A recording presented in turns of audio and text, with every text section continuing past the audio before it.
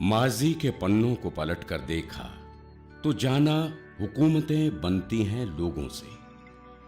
आज के आईने में झांका तो देखा कि जमहूरियतें चलती हैं लोगों से। दुनिया की सबसे बड़ी जमहूरियत हिंदुस्तान, कानून साज, मुंसिफ, अफसर आला और प्रेस, इस जमहूरियत को संभालते सातून, इनके कंधों पर टिकी है जिम्मेदारी इस मुल्क की। कौन हैं ये लोग, क्या हैं इनकी जिम्मेदारियां? इन सड़कों से गुजरते अक्सर ये सवाल जहन में आते हैं। अब हम मांगेंगे जवाब, करेंगे कुछ बातें।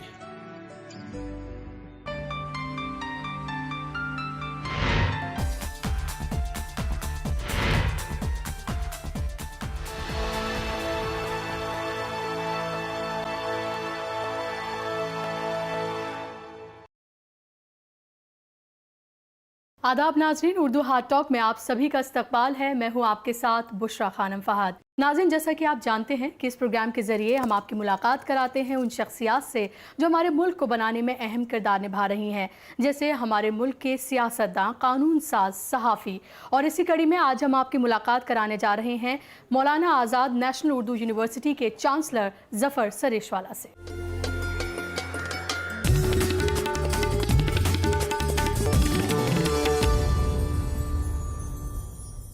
ज़फ़र साहब, बहुत बहुत इस्तक़बाल है आपका हमारे प्रोग्राम में।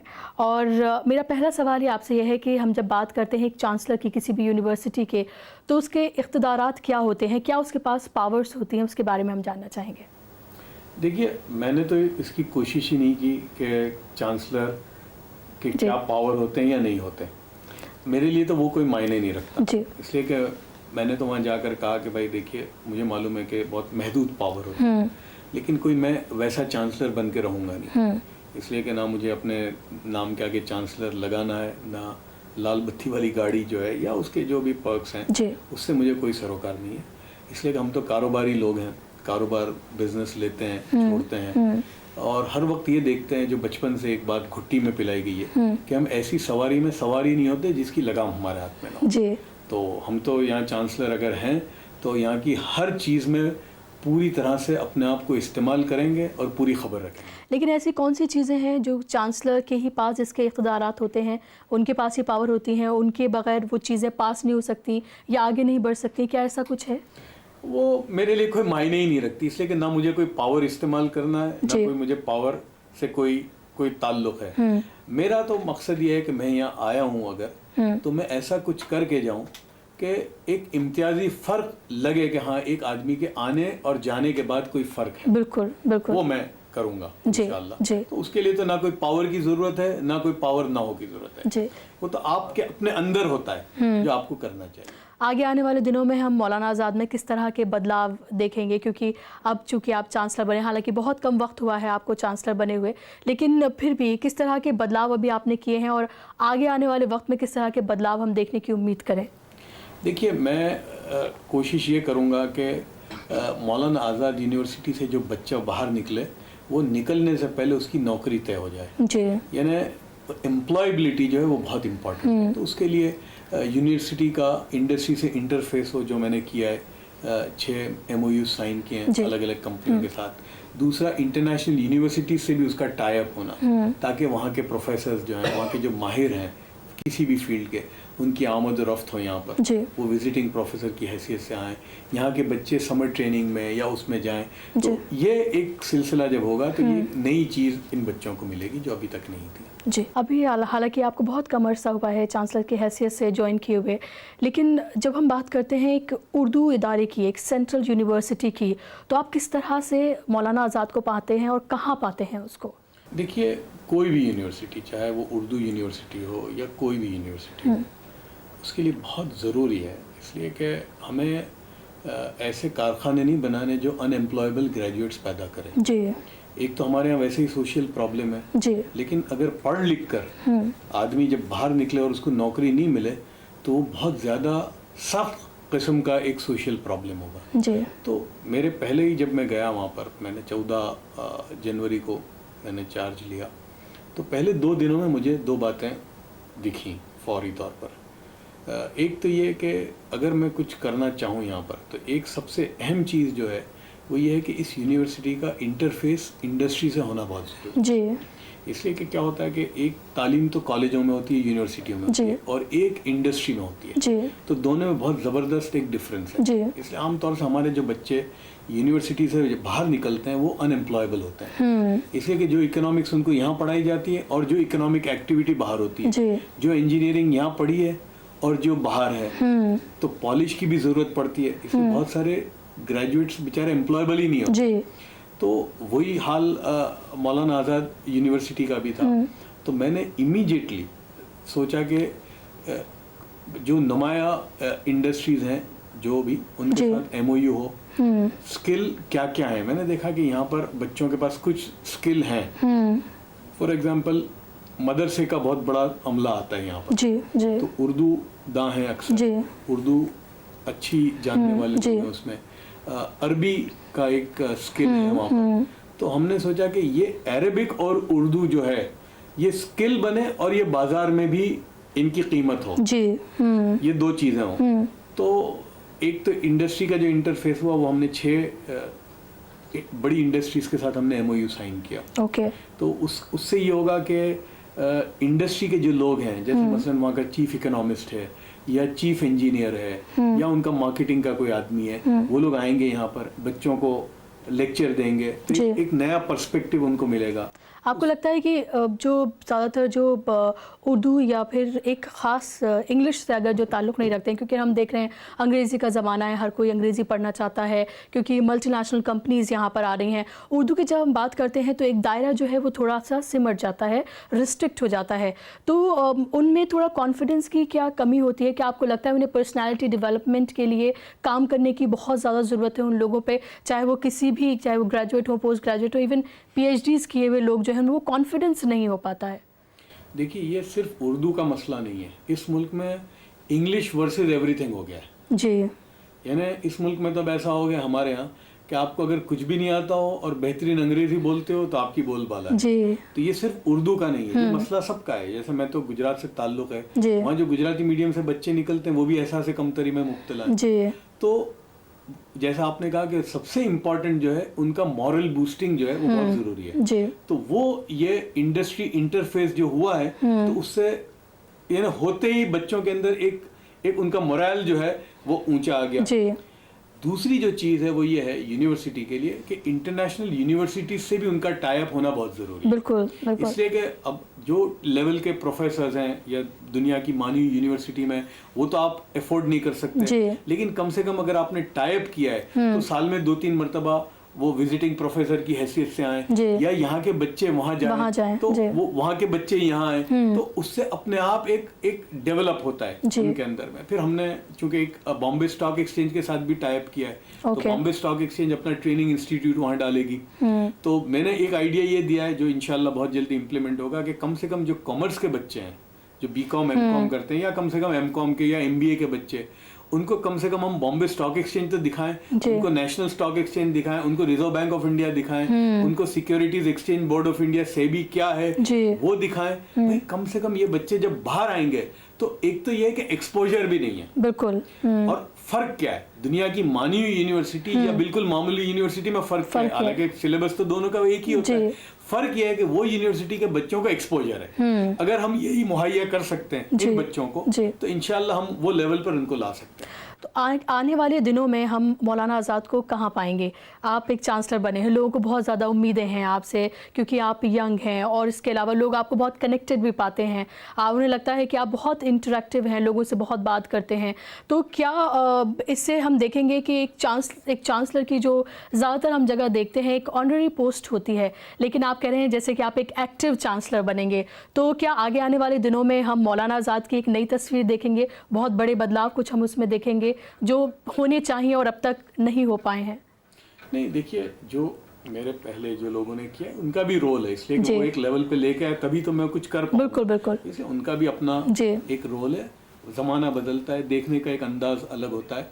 तो यहाँ दोहरी चीज़ें हैं मुझे, एक तो उर्दू की बका और इन बच्चों की एम्प्लॉयबिलिटी, जी जी, क्वालिटी एजुकेशन लेकिन उर्दू भी हो। जी जी, तो अब मैं ये इस तरह की कोशिश कर रहा हूँ कि उर्दू तो रहे लेकिन इंग्लिश जो है ना, एक तो इंग्लिश आना और एक है इंग्लिश में प्रोफिशिएंट होना। बिल्कुल। ये दौर जो है इंग्लिश आने का नहीं है, आपको इंग्लिश में प्रोफिशिएंसी की जरूरत है। बिल्कुल। तो हम कोशिश ये करते हैं कि उर्दू भी रहे, अरबी भी रहे और आप अंग्रेजी के माहिर भी हों अपने फन के अंदर, अपनी फील्ड में। तो ये एक है चैलेंज है। जफर साहब, जब हम उर्दू की बात करते हैं तो हाल के दौर में हम देखते हैं, हालांकि इसको लेकर बातें बहुत हो रही हैं, लेकिन अमली तौर पर कुछ होता हुआ बहुत बड़े पैमाने पर नज़र नहीं आ रहा है। ये एक आयरनी हम कह सकते हैं कि उर्दू को एक ख़ास तबके के साथ जोड़कर देखा जाता है। इसकी फलाह बहबूद के लिए, आम लोगों तक जहन में, उनके दिलों में उतारने के लिए क्या आपकी तरफ से होता हुआ हम पाएंगे आने वाले दिनों में? देखिए, मैं हमेशा ये समझता हूँ कि चैरिटी बिगिंस एट होम। इसमें मुसलमानों का भी बहुत कसूर है, बहुत बड़ा। और ख़ास तौर से उन लोगों का कि जो उर्दू दां हैं जी, उन्होंने भी कभी भी अपने बच्चों को ना उर्दू पढ़ाई ना सिखाई जी। जैसे मेरा ताल्लुक गुजरात से, जो जहाँ दूर दूर तक उर्दू नहीं है जी, लेकिन हमारे ख़ानदान में बच्चा बच्चा उर्दू पढ़ना और लिखना जानता है। हमारे दादा मरहूम वालिद साहब, उन्होंने बाकायदा, हम पढ़े जेवियर्स में, इंग्लिश कॉन्वेंट स्कूलों जी जी, घर की खातून, लेकिन अलग से उर्दू सीखी, पढ़ना और लिखना भी। तो भूल जाइए कि कहीं है या नहीं है, लेकिन कम से कम ये घर से शुरुआत करने की ज़रूरत है। बिल्कुल, ये बहुत इम्पोर्टेंट है। क्या आपको लगता है एहसास कमतरी है कहीं इसकी वजह से अंग्रेज़ी को ज़्यादा तवज्जो देना, ताकि वो मॉडर्न दिखें, ताकि उन्हें लगे कि जिस तरह से मुसलमानों पर एक तरह से इल्ज़ाम लगता है कि थोड़े वो बैकवर्ड हैं, एजुकेशन के लिहाज से बहुत पिछड़े हुए हैं, तो अंग्रेज़ी को हमने देखा है बहुत सारे स्कूल्स में भी और घरों में भी कि बहुत ज़्यादा ज़ोर दिया जा रहा है, तो क्या इसकी वजह से उर्दू जो है वो पिछड़ रही है? उर्दू ही नहीं, मैं हर मादरी ज़ुबान के लिए कहूँगा, ये एहसास कमतरी की बात नहीं है, बेवकूफ़ी की बात है। इसलिए कि मैं मानता हूँ ये कि जो शख्स अपनी मादरी ज़ुबान अगर सही तरीके से नहीं बोल सकता, वो दुनिया की कोई ज़ुबान नहीं। जी बिल्कुल बिल्कुल। आदमी अगर एक ज़ुबान सही बोलेगा तो वो दूसरी ज़ुबानें भी बोलेगा। ना हम अंग्रेजी में माहिर है, ना अपनी ज़ुबान में है। तो ये बहुत बड़ा फुकदान हुआ है, हमारे अपने घरों से इसका नुकसान हुआ है। तो हमें घरों में फिर से उर्दू को शुरू करना चाहिए, घरों में। और एहसास कमतरी की बात ही नहीं है, इसलिए कि आप अंग्रेजी के साथ अगर आप बेहतरीन उर्दू बोलते हो तो आपकी ज़्यादा कीमत होगी। बिल्कुल, बिल्कुल। आप अगर अरबी ज़्यादा बोलते हो और इंजीनियर भी हो, तो ऐसे इंजीनियर कहाँ मिलेंगे जो अरबी भी जानते हैं? ऐसे इंजीनियर कहाँ मिलेंगे कि जो उर्दू पढ़ना और लिखना जानते हैं? तो जितनी लैंग्वेज अगर आप अच्छी बोलोगे तो ये तो एक एडेड क्वालिफिकेशन होगा, ना कि एहसास कमतरी की बात है इसमें। अभी मौलाना आज़ाद जो है किस तरह के कोर्सेज ऑफर कर रही है स्टूडेंट्स को? देखिए, मौलाना आज़ाद में हर वो कोर्स है जो और यूनिवर्सिटीज़ में है, लेकिन मैं उसमें कुछ नए कोर्स दाखिल करना चाहता हूँ। जैसे मैंने देखा कि वहाँ जो बहुत बड़ा जो अमला है वो मदारिस से आता है, जो अरबी जानता है, जो शरीयत को जानता है। और इस दौर में अभी दुनिया में इस्लामिक फाइनेंस जो है ये एक बहुत बड़ी एक इंडस्ट्री है, यानी ऑलरेडी ये ऑलमोस्ट $2 ट्रिलियन इंडस्ट्री है। 2020 तक ये 6 ट्रिलियन की हो जाएगी। और बरतानिया में 26 यूनिवर्सिटियां हैं जो इस्लामिक फाइनेंस के कोर्सेज ऑफर कर रही हैं। तो अब ये बड़ी इंडस्ट्री है, दुनिया भर में फैल रही है, तो उसके प्रोफेशनल्स नहीं है, इसलिए कि आपको शरिया स्कॉलर की ज़रूरत है, या नए नए प्रोडक्ट्स को चेंज करने की ज़रूरत है, नए प्रोडक्ट्स को लोगों के सामने रखने की ज़रूरत है। तो आपको ऐसे लोगों की ज़रूरत है जो कन्वेंशनल फाइनेंस को भी जानते हो और जो शरीयत को भी जानते हो। तो यहाँ ऑलरेडी एक चीज़ जानने वाले हैं, तो हम चाहते हैं कि उनको कन्वेंशनल फाइनेंस सिखाकर एक सीमलेसली ये मदरसे का बहुत बड़ा तबका उसमें दाखिल हो सकता है। एक और चीज़ जो है दुनिया में इस वक्त बहुत ज़्यादा डेवलप हो रही है, वो हलाल फूड्स की। हलाल इंडस्ट्री बहुत बड़ी है, खाने से लेकर अब तो लिपस्टिक और पता नहीं क्या क्या चीज़ों में हलाल है। तो उसके इंग्रेडिएंट की बात आती है, कौन सी चीज़ किस तरह से मिक्स होगी तो वो हलाल या हराम बन जाती है। तो ये मदरसे के बच्चे ऑलरेडी जानते हैं, इनको सिर्फ कन्वेंशनल बिजनेस से मुतारिफ कराने की ज़रूरत है। तो मैं समझता हूँ कि ये एक नए कोर्सेज हैं जिनको हमें डेवलप करने की ज़रूरत है। प्लस हमने चूँकि बॉम्बे स्टॉक एक्सचेंज के साथ जो टाइप की है, तो एक और चीज़ है कि ये दौर जो है ये 1+ का है।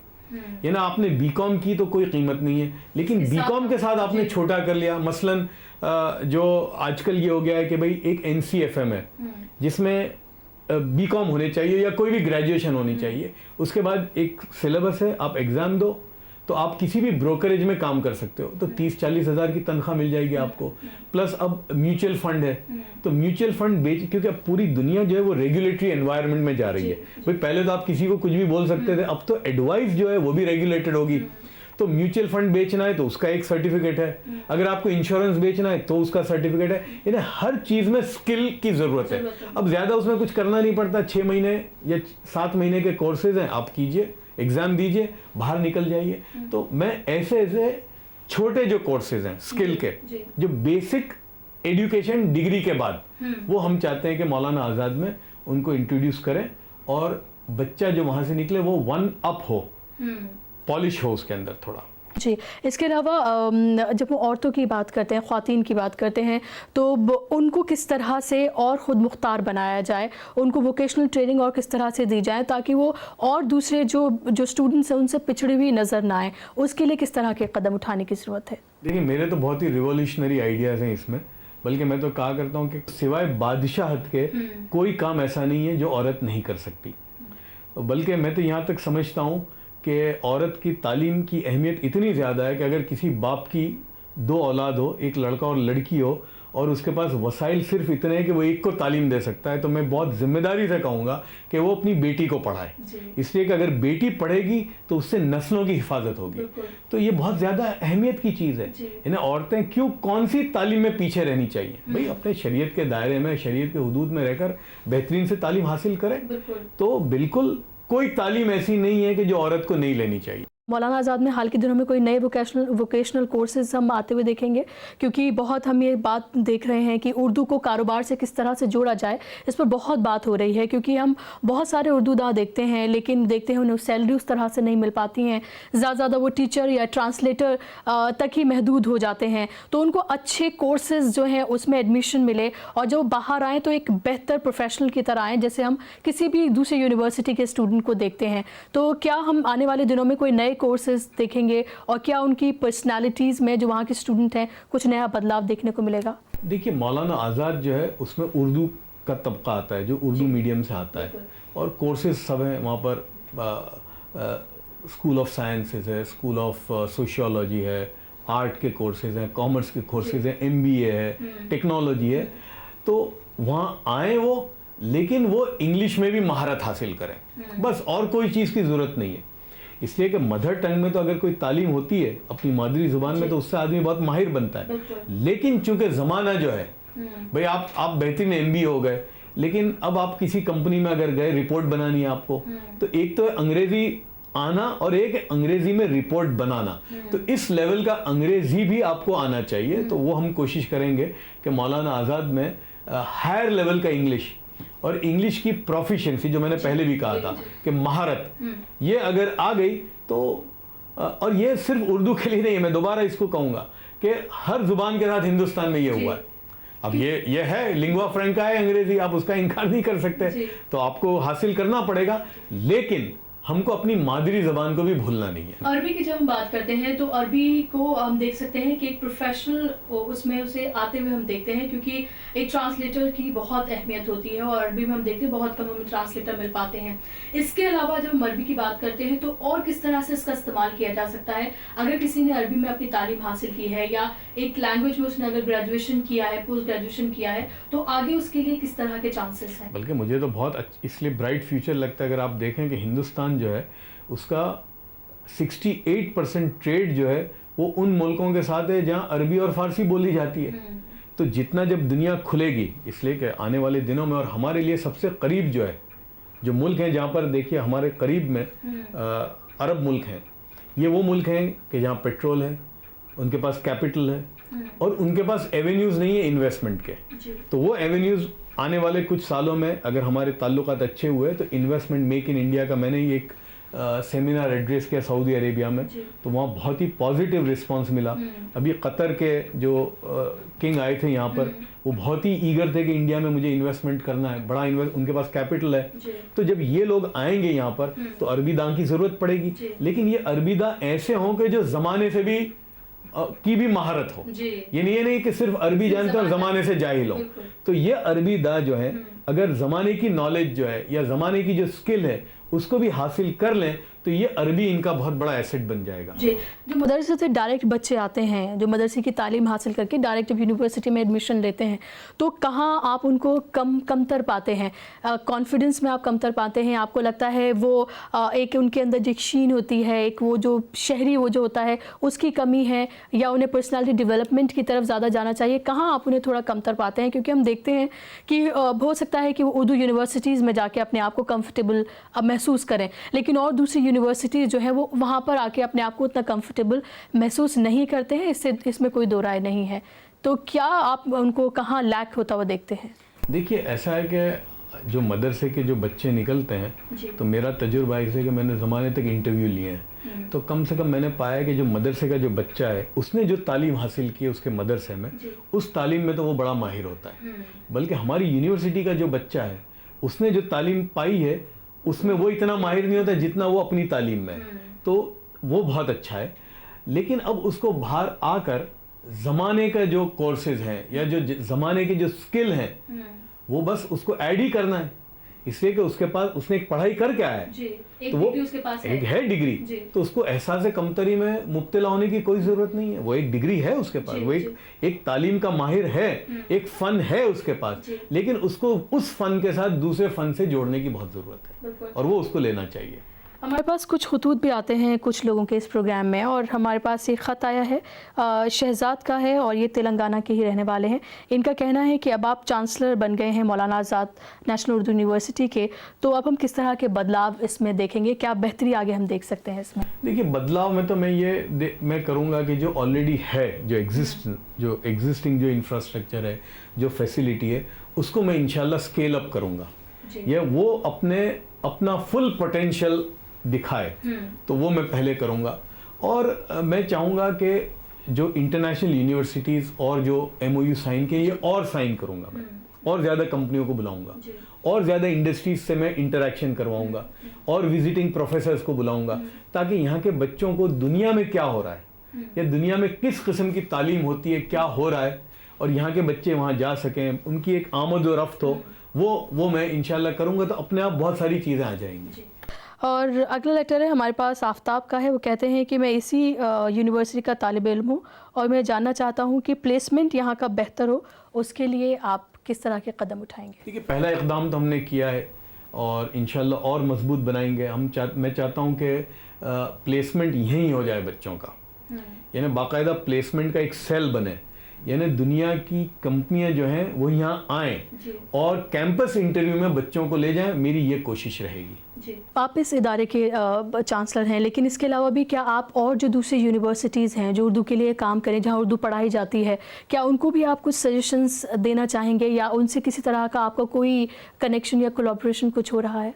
नहीं, बिल्कुल, मैं तो चाहूँगा कि हर यूनिवर्सिटी, इसलिए कि सारे बच्चे हमारे हैं और चाहे जिस फ़न में हो, जिस फील्ड में हो, वो उसमें माहिर बने।